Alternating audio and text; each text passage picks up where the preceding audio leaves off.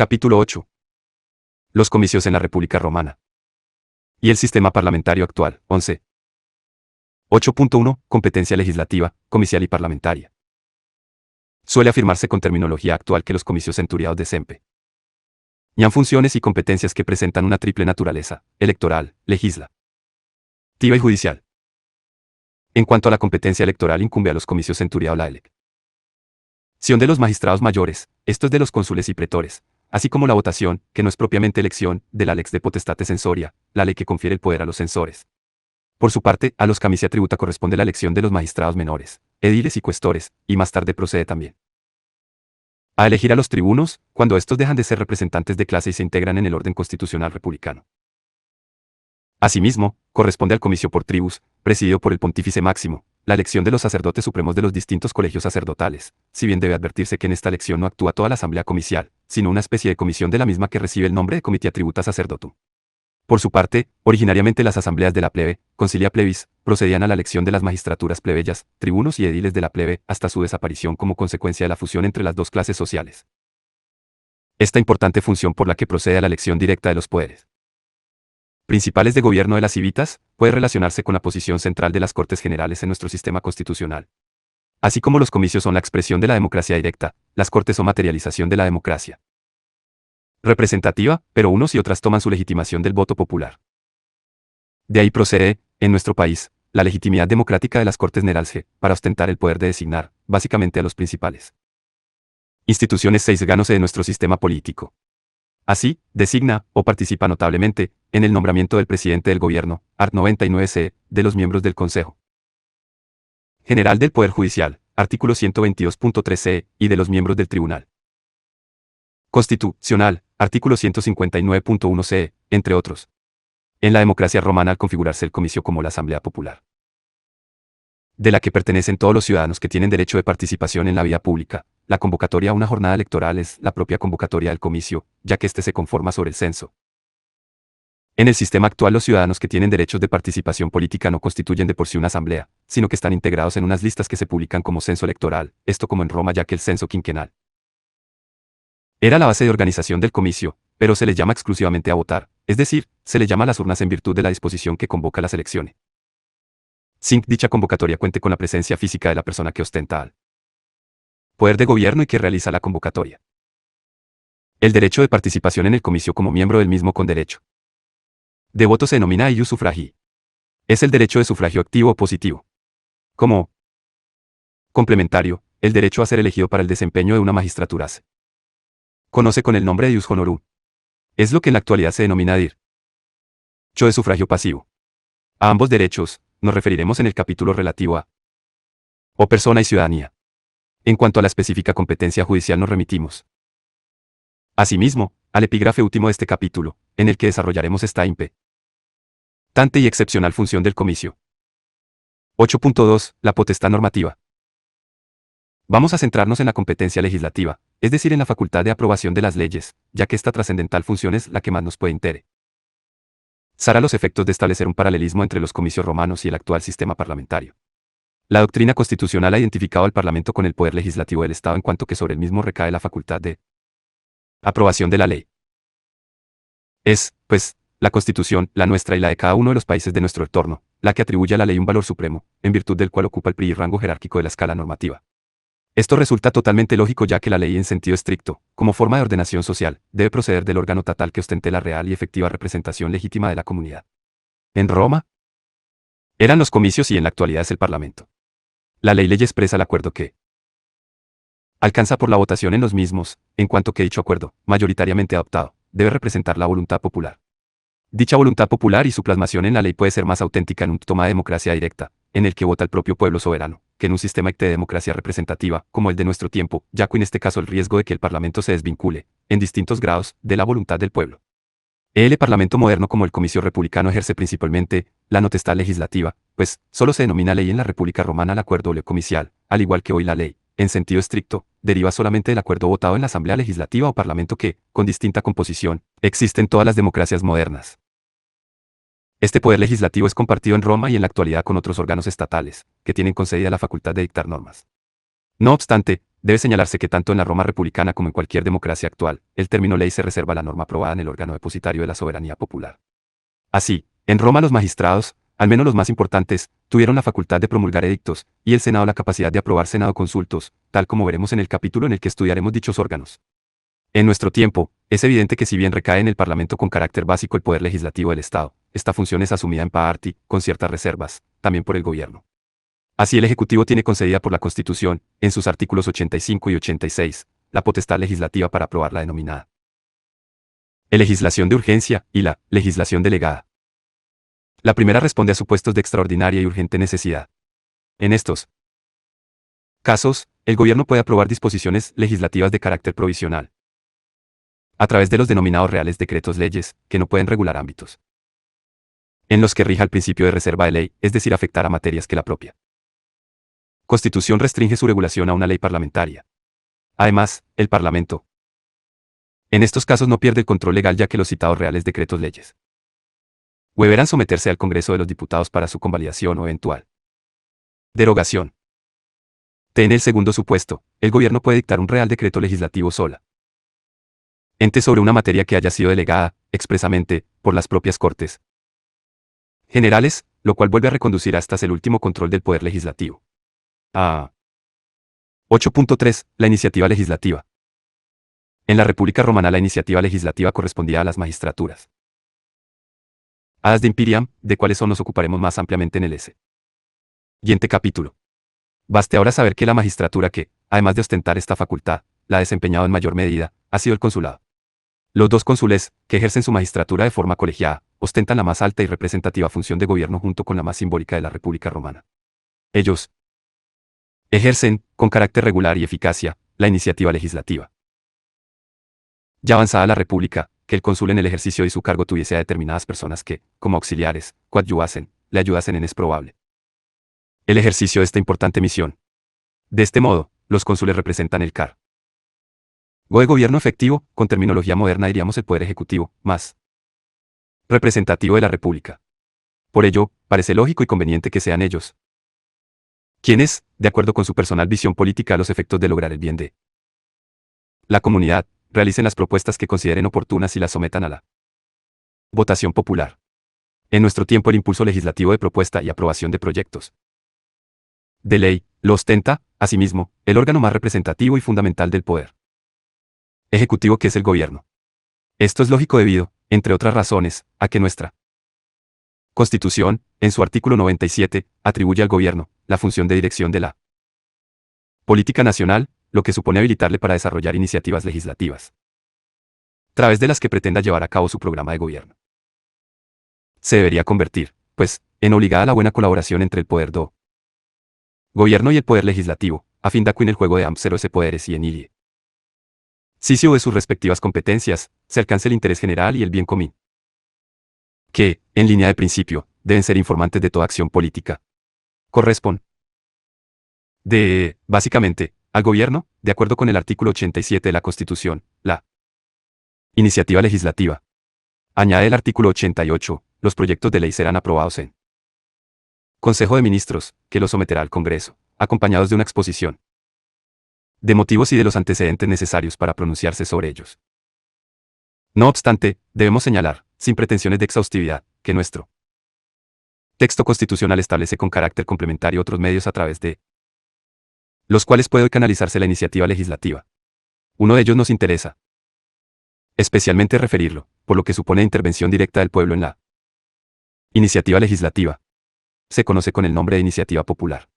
Está regulada constitucionalmente en el artículo 87.3 que establece, una ley orgánica regulará las formas de ejercicio y requisitos de la iniciativa popular para la presentación de proposiciones de ley. En todo caso, se exigen al menos 500.000 firmas acreditadas. No procederá dicha iniciativa popular en materias propias o reservadas a su aprobación por una ley orgánica, en materias tributarias, en normas de carácter internacional, ni en aquellas relativas a la prerrogativa del derecho de gracia. Este sistema hace que sea el propio pueblo con participación política, quien proponga a sus representantes que procedan a discutir y votar una propuesta formulada desde la propia base democrática. Hay otros órganos que ostentan también la iniciativa legislativa, según lo dispuesto en nuestra Constitución, pero no nos interesa su referencia a los fines de nuestra exposición. Dártimo señalar, en esta mera reseña nuestro sistema parlamentario actual. La Constitución, en algunos supuestos expresamente previstos, no consiente que la iniciativa legislativa parta de ningún otro órgano más que el gobierno.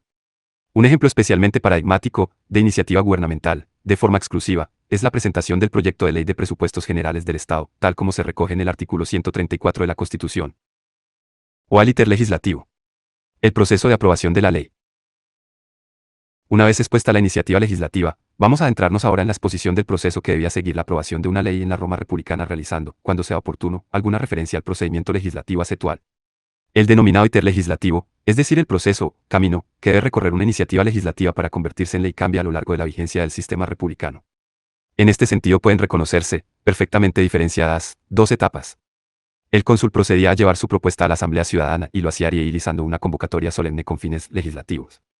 Dicha convocatoria se debía ajustar a las normas y plazos que hemos señalado en el apartado anterior al exponer el procedimiento comicial. En este sentido, debemos reiterar que, en ningún caso, el comicio posee la iniciativa legislativa, sino que ésta le viene siempre impuesta por el magistrado convocante. Por el contrario, en la actualidad, aunque de forma particularizada, existe un medio, en virtud del cual es el propio Parlamento quien toma la iniciativa legislativa.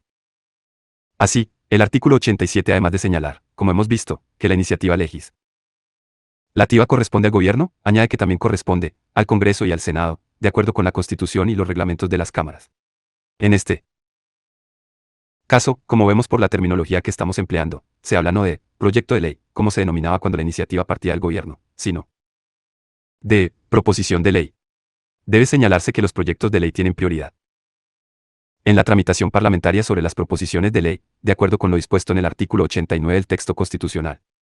A diferencia, pues, del comicio republicano, actualmente el propio Parlamento, que tiene como función primordial la aprobación de la ley, puede, además, proponerla. Volviendo a Roma, el magistrado convoca los comicios, preside la sesión CEO. Comicio legislativo, la sesión se inicia a través de la lectura que realiza solemnemente el magistrado y su propuesta de ley, rogatio. La asamblea se limita al TNL. Propuesta, que era ya conocida por el procedimiento de información no oficial que había desarrollado el magistrado, como hemos dicho. Una vez formulada la rogatio, el magistrado invita al pueblo a responder a través del ejercicio del voto, que se limita a decidir su aprobación o rechazo. Algunos estudiosos piensan que, a fines de la República, se habría admitido de forma restringida la posibilidad de realizar una cierta discusión, controlada por el magistrado, de la propuesta de ley. Si ello fuese así, lo cierto es que no se trataría de auténtico debate en toda su amplitud. Además, en todo caso, el magistrado que presidía la reunión y había realizado la convocatoria podía dar por terminada, en el momento que considerase oportuno, la discusión y ordenar que se pasase a la votación. Determinado sector doctrinal entiende que cuando funcionaron con competencias legislativas, los comicios centuriados y los comicios por tribus, cabría la posibilidad de formular la propuesta, indistintamente, ante una u otra asamblea comicial. No obstante, esta hipotética posibilidad se daría en los dos últimos siglos de la República. Y, además, existieron siempre dos supuestos en los que se exigía inexorablemente aprobación por parte de los comicios centuriados. Son, la votación de la lex de potestate censoria, por la que se procede al nombramiento efectivo de los censores, y la lex de bello indicendo, que supone la declaración formal de guerra efectuada por Roma. En este último caso, debido a su trascendencia para toda la comunidad romana, el comicio no se podía convocar para pronunciarse sobre la misma más que cuando se hubiesen formalizado y cumplimentado dos medidas previas de carácter preventivo y en parte disuasorio.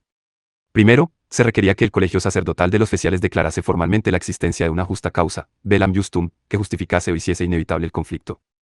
En segundo lugar, se procedía a realizar un intento de paz o una propuesta al piuvielo considerado enemigo, a los efectos de que éste pudiese aceptar las condiciones propuestas por Roma y así evitar el conflicto bélico.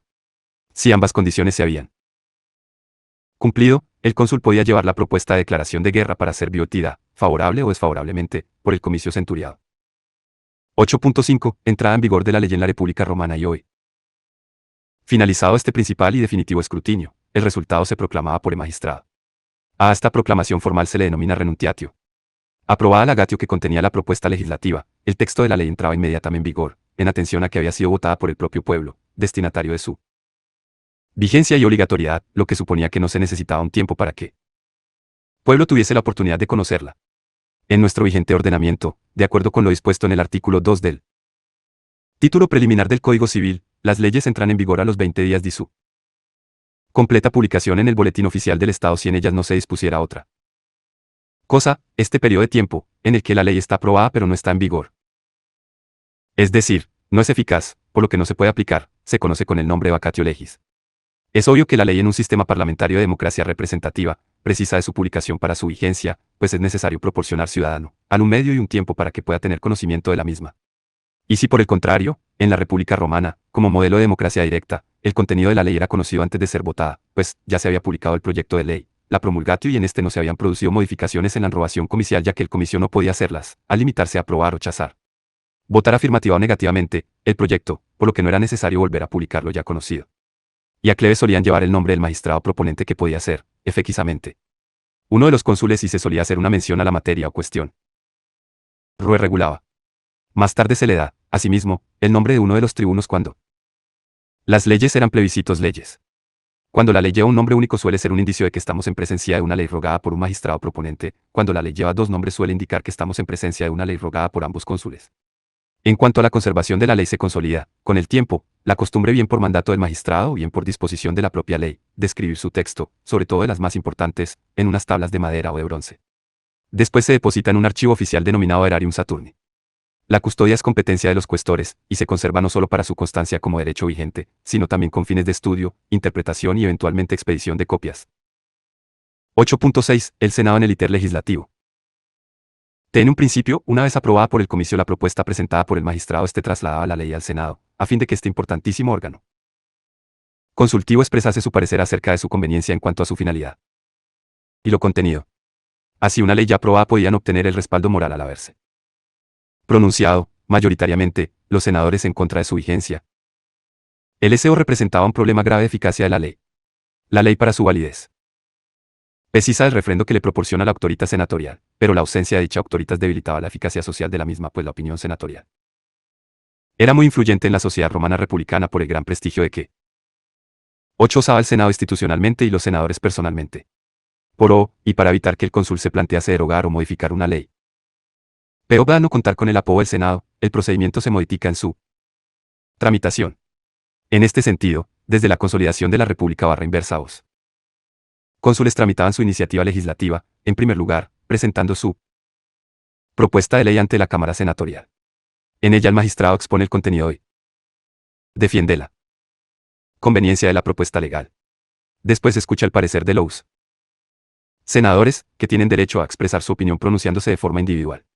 Es el Senado un órgano deliberante y asesor de los poderes de gobierno efectivo que recaen en las magistraturas. Es necesario señalar que el trámite de someter la propuesta legislativa al Senado no es en absoluto obligatorio para un cónsul, puede presentarla, con total libertad, directamente al comicio para su votación. Ahora bien, la prudencia política y la propia viabilidad y eficacia social de las proposiciones de ley, sobre todo en materias de gran importancia política o trascendencia social, hacía conveniente conocer el parecer del Senado y que éste fuese favorable para, después, someterlas con más autoridad moral a la Asamblea Popular. Una propuesta legislativa que el cónsul presenta ante el Senado y que éste considera conveniente, o bien que el cónsul modifica conforme a las oportunas, observa. Si voz de los senadores tiene más probabilidades, dice aprobada por el comicio VLO, que es tan importante, tiene muchas probabilidades de ser aplicada con un alto grado de cumplimiento popular.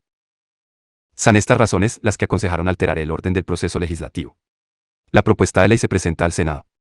En él se delibera, se exponen sus ventajas y /diagonal o inconvenientes, y la refrenda con su autoritas o bien propone al cónsul alguna modificación que éste, normalmente, incorpora al texto de la ley. Con la aprobación moral del Senado, el cónsul acude a la Asamblea Popular para presentarla y el comicio normalmente aprobará lo refrendado por el Senado. Así, un órgano meramente consultivo, desprovisto de poder efectivo, pero de un enorme prestigio moral, se convirtió en una pieza clave en el proceso de aprobación de la ley. Si pretendiésemos referir a algún órgano que, teniendo una composición distinta y unas funciones diversas, cumple no obstante un papel semejante en nuestro sistema legislativo actual, deberíamos referirnos al Consejo de Estado. Nos ocuparemos en el siguiente capítulo de analizar el Senado republicano en Roma en confrontación con el actual Consejo de Estado. 8.7. La ley, expresión de la voluntad popular, en el mundo antiguo y hoy. La ley aprobada se denominaba lex rogata, en atención a que era solicitada. 0. Presentada al pueblo, el cual si la aprobaba se comprometía a cumplirla. Se parece, pues, a un acuerdo formal entre el magistrado que propone la ley y el pueblo que, a la pregunta de si la acepta, contesta afirmativamente. Del acuerdo logrado deriva la obligación de cumplirlo. De este modo hay una cierta semejanza de esta concepción iuspublicista, de derecho público, con la genuina concepción del derecho privado que se concreta en un negocio jurídico solemne primitivo denominado esponcio. Consistía este en una pregunta y una correlativa respuesta de las partes intervinientes.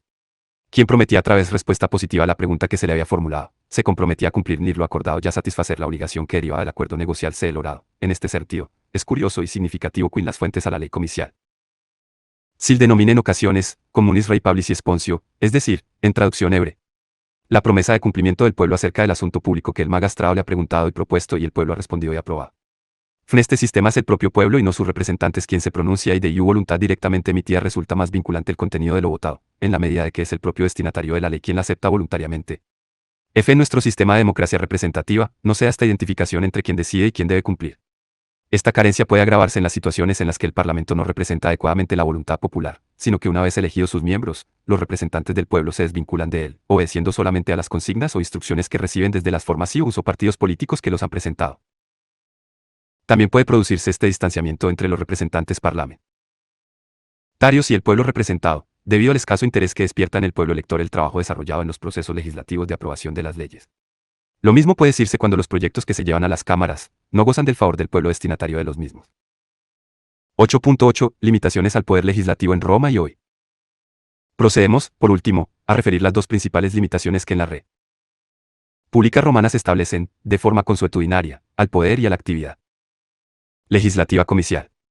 La primera es de carácter religioso, la segunda de carácter civil.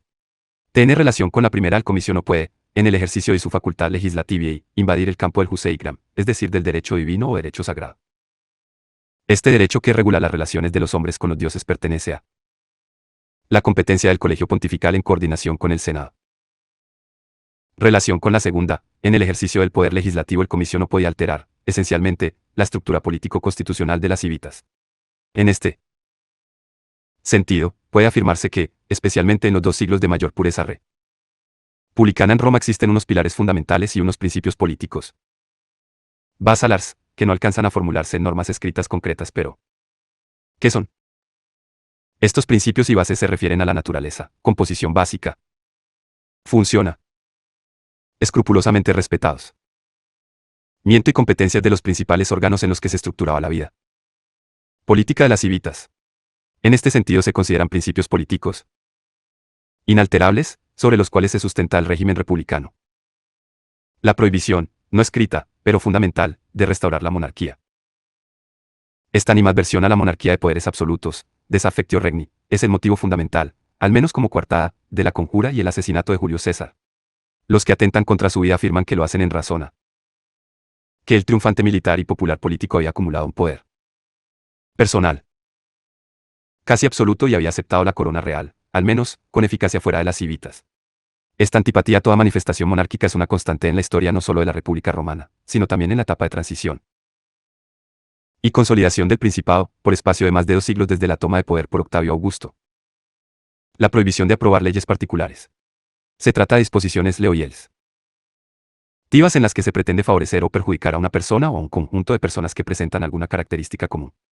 Este principio que impide rogar, proponer, leyes particulares estaría ya formulado en Leb de las X y tablas a través de la fórmula, privilegia in roganto.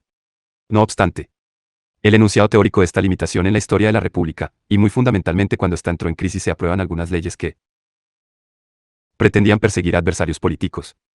Así, ad exemplam, a modo de ejemplo significativo, podemos citar la Lex Clodia Exilio Ciceronis, que ordena el destierro de Marco Tulio Cicerón. El derecho, primero consuetudinario y después legalmente sancionado, de la ius provocationis, es decir, el derecho de todo ciudadano romano de provocar al pueblo, manifestado a través de la apelación a la asamblea comicial, para que ésta se pronuncie, tal como desarrollaremos en el siguiente apartado a propósito del denominado iudicium populi. Las reglas relativas a la inviolabilidad del tribuno de la plebe, de las que también hablaremos en el siguiente capítulo. Estas limitaciones suponen una constatación expresa de que los comicios republicanos no se configuran, a pesar de su legitimación democrática, como un poder legislativo ilimitado, en el mismo sentido, puede establecerse un paralelismo con la posición constitucional de nuestro Parlamento manifestado en las Cortes Generales. Se hace preciso recordar que, un sector importante de la doctrina constitucionalista, considera que no puede hablarse de soberanía parlamentaria, o de asterisco parlamento soberano. Quien ello llevaría al equívoco de entender que ostén sería el Parlamento quien no, tase la representación soberana del Estado. O el contrario, es preciso destacar que el artículo 1 de nuestra norma funda mental señala que la soberanía reside en el pueblo español y que el artículo 9 establece que todos los poderes están sujetos a la Constitución Por ello, las Cortes Generales no constituyen un poder soberano e ilimitado, sino que, como los demás poderes del Estado, debe entenderse que en su actuación y en el mismo ejercicio de su poder legislativo están sometidas al texto constitucional. 8.9. Función judicial del Comicio CNTU-RIADO. 8.9.1. Sus orígenes y su consolidación legal. Hemos señalado que el Comicio Centuriado tiene, entre sus funciones, una cierta y discutida competencia judicial que, cuando se consolida, se circunscribe exclusivamente a determinados supuestos criminales, previstos en la ley. La asunción de esta función deriva de la denominada provocatio ad populum, provocación en el sentido, no técnico-jurídico, de apelación al pueblo. Parece que los orígenes de tal función deben referirse a la misma etapa monárquica. Los autores que han estudiado esta cuestión señalan que, en los primeros tiempos, de acuerdo con la organización de un régimen de poder absoluto, el rey, que ostentaba y monopolizaba todas las funciones públicas entre las que se cuenta la coercitio, es decir, el poder de represión criminal, tendría potestad jurisdiccional para perseguir y castigar los hechos gravemente atentatorios contra toda la comunidad que se califican de crímenes. Es obvio que el monarca tendría facultades de condenar a muerte a una persona, siempre de acuerdo con el resultado de un proceso incoado para depurar, es decir, determinar su responsabilidad. Ahora bien, en el caso de que el condenado tuviese la condición de ciudadano romano, los estudiosos señalan, como probable, que el rey antes de ordenar la ejecución de la condena reuniría al comicio, no en sesión sala N, sino informal para conocer su parecer en orden a la ejecución o conmutación de la pena capital. Esto podría darse en una monarquía que pretendiese contar en algo, a pesar de ese poder absoluto, con el consenso del pueblo, a fin de ser y de presentarse como una monarquía no despótica.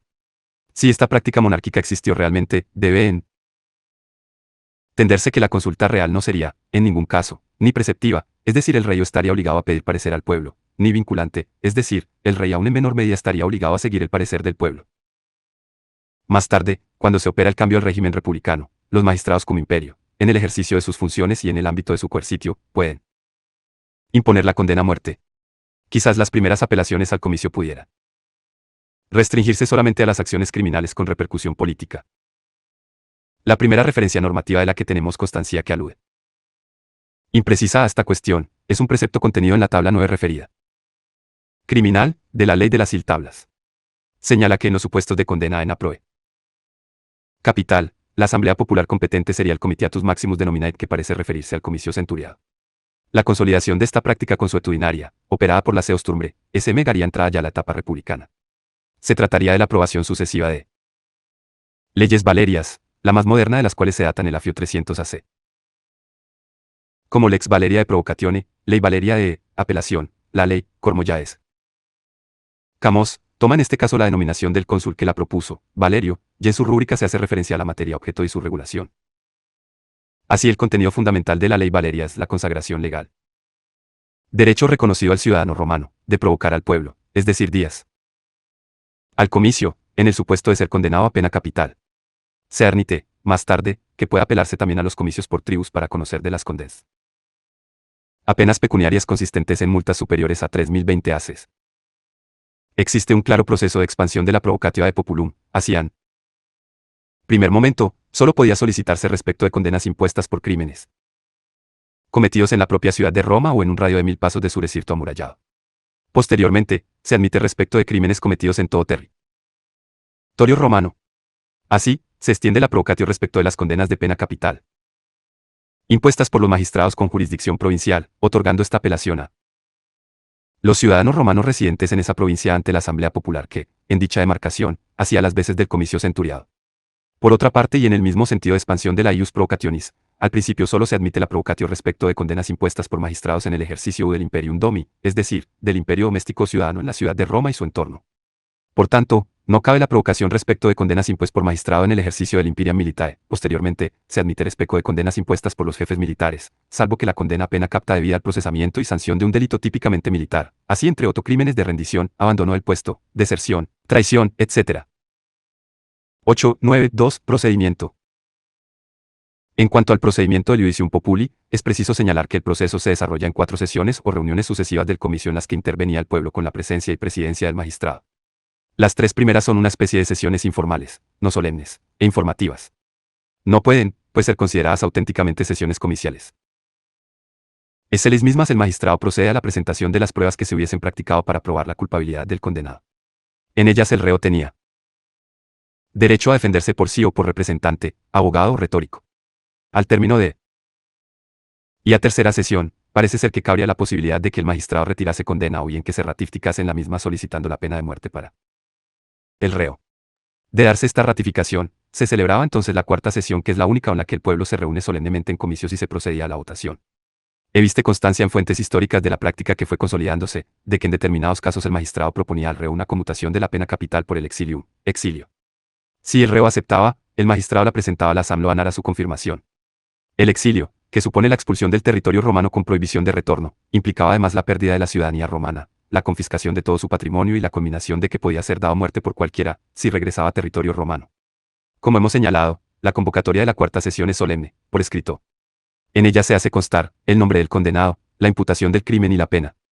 La asamblea se pronuncia mediante votación oral o escrita, según la época. La decisión popular es inapelable.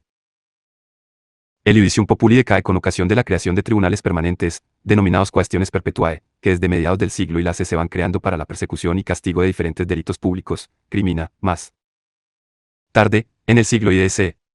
He instaurado ya el Principado, la provocatio de populum presentada ante la Asamblea Popular es sustituida como derecho ciudadano, por la appellatio al César.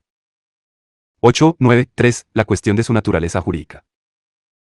Como última cuestión nos podemos preguntar acerca de la verdadera naturaleza jurídica de este denominado juicio popular, es decir, de la auténtica actuación del comicio en la asunción de esta competencia judicial. Algunos autores, hoy de forma minoritaria, consideran que, a partir de la ley Valeria, existiría una fase instructora. Diríamos con terminología procesal moderna, en la que el órgano competente investigaría y reuniría pruebas en las que pudiese sustentarse la eventual culpabilidad del reo. Se entiende, así, que sería la Asamblea Popular la única competente para pronunciar la sentencia que supusiese pena capital. Por lo que la provocatio, para los defensores de esta teoría, supondría un recorte en las facultades del magistrado, pues su función podría por lo tanto quedar reducida a una mera preparación del juicio popular, o si se quiere a la formulación de una acusación. Por el contrario, desde hace ya un tiempo, la doctrina mayoritaria entiende que la función judicial del comicio no puede, propiamente, enmarcarse dentro del ejercicio de la potestad de jurisdicción. En definitiva, no se trata de un auténtico proceso penal, ni mucho menos de un criminal. Ceso de revisión, a modo de apelación de una sentencia en la que un órgano judicial superior revisa, confirmando o modificando una resolución judicial dictada por un órgano inferior en base a un análisis puramente técnico-jurídico, ya sea este de carácter formal, en el sentido de verificar si se han respetado todos los requisitos 0S procesales, va material, en el sentido de verificar si la imputación de la culpabilidad y la calificación de los hechos que se incriminan han sido realizadas conveniente y correctamente. Se admite la posibilidad de que la Asamblea pueda absolver a una persona encontrada culpable, lo que supondría el reconocimiento de una medida de gracia. Parece que la visión procesal que considera que el comicio es un tribunal de justicia, no resulta adecuada a la propia composición de la Asamblea ni tampoco al procedimiento que se realizaba. No puede un órgano popular y, por ello, profano en derecho, tener la capacidad de decidir si el proceso que se presenta a su consideración se ha hecho correctamente o no desde un punto de vista jurídico. Con el estudio de Iudicium Populi nos hemos adentrado en la polémica cuestión de la participación directa del pueblo en el proceso de administración de justicia penal. Se trata, pues, de una reflexión histórica que, en algo podría engarzarse con los tribunales penales en los que actúa un jurado como representación de la sociedad contra la que se ha cometido el delito. 8 y 10. Las medidas de gracia en nuestro derecho. 8 y 10 y un segundo, una nota histórica. La actuación del comicio con la facultad de absolver a un culpable es el precedente del derecho a gracia que tiene el rey en las monarquías absolutas del antiguo régimen de las edades media y moderna. Así, todavía hoy en las monarquías de mayor raigambre histórica, véase el caso de la monarquía británica, se sigue designando al rey, hoy la reina Isabel, como su graciosa majestad en la medida en que ostenta, formalmente, el derecho de gracia. Veamos, someramente, el proceso histórico que, en España, sigue el derecho o gracia y cómo se encuentra regulado en la actualidad.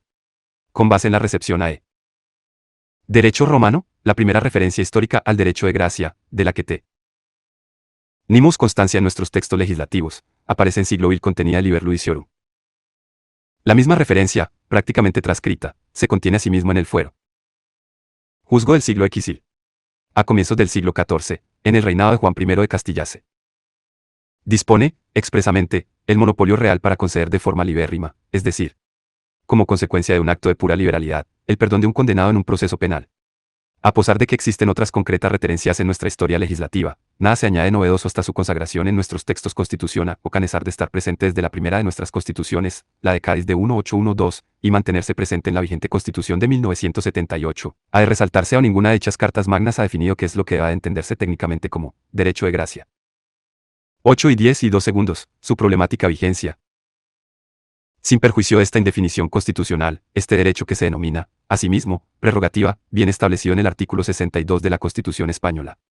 Si la efectiva concesión del derecho de gracia provoca el perdón del cumplimiento de la pena impuesta, la cuestión que podría plantearse sería cómo puede armonizarse este derecho con lo dispuesto en el artículo 117.3 de la Constitución que establece el ejercicio de la potestad jurisdiccional en todo tipo de procesos, juzgando y haciendo ejecutar lo juzgado, corresponde exclusivamente a los juzgados y tribunales determinados por las leyes, según las normas de competencia y procedimiento que las mismas establezcan. Ahora bien, aun siendo solamente aparente, esta contradicción suscita el interrogante del porqué de la existencia de la gracia, pues, a priori, si un sistema de administración de justicia es teóricamente correcto y funciona bien, no parece que tenga sitio una institución de esta índole, que supone trastocar de manera radical una función tan delimitada como es la jurisdiccional, es decir, la de juzgar y, sobre todo, porque es la que habitualmente se ve afectada en nuestro sistema, la de ejecutar lo juzgado. Sin pretender ahondar en la cuestión, debemos señalar que pudiera cuestionarse incluso la conveniencia de su viga. La actual.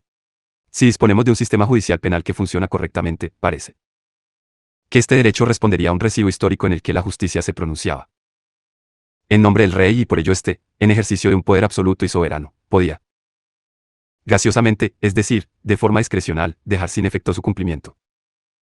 La cuestión de su vigencia más allá de las monarquías absolutas, se convierte no a una cuestión jurídica sino también en una cuestión de teoría política y de filosofía del derecho. En la actualidad puede apreciarse una doble realidad. Por una parte, desde un punto de vista constitucional, tanto en nuestro país como en los textos constitucionales de las democracias modernas el derecho de gracia está presente.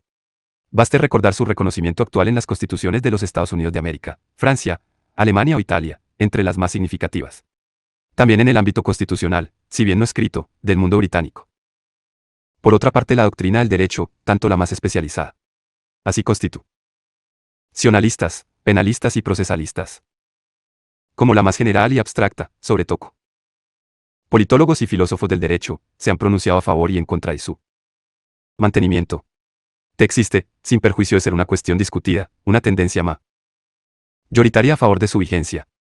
Ello dice bastante sobre una cierta relatividad de los pronunciamientos judiciales a la hora de alcanzar, no solo la justicia formal, fruto de la aplicación de la ley, sino la justicia material. Buena prueba de ello es que nuestro vigente Código Penal posibilita al propio juez que dicta una sentencia penal condena Touria, solicitar, él mismo, el indulto del condenado. Esto supone una clara conciencia de pretender con dicha solicitud alcanzar una material que la estricta aplicación de la ley penal no ha podido lograr. Justicia material lograr con él. Fallo judicial. Dicha solicitud de indulto se basa en la consideración de elementos que pueden matizar la conducta del condenado pero que la aplicación del derecho no ha podido considerar. 8 y 10 y 3 segundos, la amnistía y el indulto. Han existido, tradicionalmente, dos tipos de medidas de gracia que son la amnistía y el indulto. Sus notables diferencias han sido puestas de manifiesto por los estudios. Amnistía es una voz que encuentra su origen en una expresión griega que significa sin recuerdo, olvido. Como consecuencia de la concesión de la medida de gracia consistente en la amnistía, no solo se extingue la condena penal sino que además se borra toda huella del delito cometido, por lo que puede decirse, en cierta medida, que el efecto de aquella, la amnistía, produce la desaparición jurídica de el delito. Puede operar en beneficio de una persona o un conjunto de ellas que presenten las condiciones manifestadas en la ley que la conceda. Por su parte, el indulto solamente afecta a la condena impuesta, por lo que no desaparece del ámbito jurídico la acción delictiva. Al indultado no se le anulan los antecedentes penales que derivan de la comisión del delito cometido. En nuestra Constitución solo se admite el indulto particular, quedando prohibido un indulto general que afectase a un conjunto determinado de personas. El indulto, en que se materializa el derecho de gracia, se tramita por medio del Ministerio de Justicia que, en algunos países, todavía conserva la tradicional denominación de Ministerio Gracia y Justicia. En la Roma republicana, como vimos, el derecho a gracia se alcanzaba con la optación del comicio centuriado favorable a la absolución del condenado. No obstante, esta medida podía lograrse desde el efectivo ejercicio de un derecho que correspondía solo a los ciudadanos romanos, ius provocationis, derecho de provocar al comicio. A fin de que éste se pronuncie, cabe Cabe mantener esta calificación como derecho fundamental respecto de las medidas de gracia en la actualidad. Parecería, en principio, que la respuesta a dicha pregunta sería positiva debido a la propia denominación que la Constitución hace en el citado artículo 62 al referir derecho de gracia. No obstante esta primera impresión, debemos reparar que nuestro texto constitucional se refiere en otros dos preceptos a las medidas de gracia, no denominándolas, y lo que es más importante no considerándolas, derecho, sino prerrogativa. El artículo 87 impide la iniciativa legislativa popular, que ya hemos referido, como procedimiento de solicitar la aprobación de una ley, relativa a la prerrogativa de gracia. El artículo 102 establece que en el caso de recaer una condena penal sobre los miembros del gobierno, no podrá solicitarse la prerrogativa real de gracia. En este último caso, parece que la razón de tal negativa obedece a que, debiéndose pronunciar el Consejo de Ministros sobre la aprobación de un indulto como medida de gracia, no resulta oportuno que ésta pueda favorecer a un miembro del mismo órgano que decide. En nuestra Constitución no se menciona la amnistía, por ello, ni está regulada ni prohibida. Por lo que se refiere al indulto, es una prerrogativa del Poder Ejecutivo, concretada en el Consejo de Ministros. En Roma, la medida de gracia, efectivamente concedida, también puede considerarse una prerrogativa del comicio, que es quien por votación la otorga.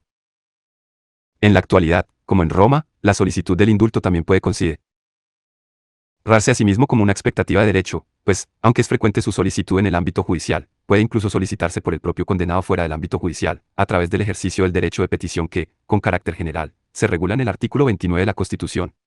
En Roma el derecho de gracia es esencialmente renunciable, si bien no tiene sentido renunciar cuando para su concesión es preciso el previo ejercicio efectivo de la ius provocationis por el propio ciudadano. Además, en el judicium populi, el magistrado que mantiene la acusación puede, con el consentimiento del condenado, solicitar al comicio la conmutación de la pena capital por la pena de destierro, tal como hemos visto. En la actualidad la doctrina se plantea si una medida de gracia, consistente en la amnistía, sería renunciable por el favorecido. En principio parecería que no, pues, sería tanto como invalidar un acto de la potestad legislativa, si bien no está del todo claro, pues, la posible irrenunciabilidad invadiría la libertad del individuo, que puede decidir la no aceptación de la medida. Por lo que se refiere al indulto particular concedido por el gobierno, la cuestión está incluso menos clara. Hay estudiosos que son partidarios de su carácter y renuncia, invocando que lo contrario supondría un atentado contra una decisión del poder subernativo que, en teoría, se ha adoptado en aras del interés general. Por el contrario, otros autores entienden que es renunciable, por la misma razón ya expuesta en la amnistía. Entendemos que este es el planteamiento correcto, pues parece absurdo para quien tiene capacidad de que una medida que hizo adoptarla, no lo sea graciable para quien se encuentra afectado por ella, aunque este efecto pudiera considerarse objetivamente beneficioso para su destinatario. La democracia ateniense y la democracia republicana romana confiaron la administración de justicia penal a sus correspondientes asambleas populares. Respecto de la rectitud moral y el acierto político de sus decisiones es muy difícil juzgar, con forma general, por ello, solo sería posible un juicio particular de cada una de sus actuaciones, teniendo en cuenta las circunstancias político-sociales en las que fueron adoptadas. Si lo hiciésemos nos encontraríamos con valoraciones muy distintas e incluso antagónicas.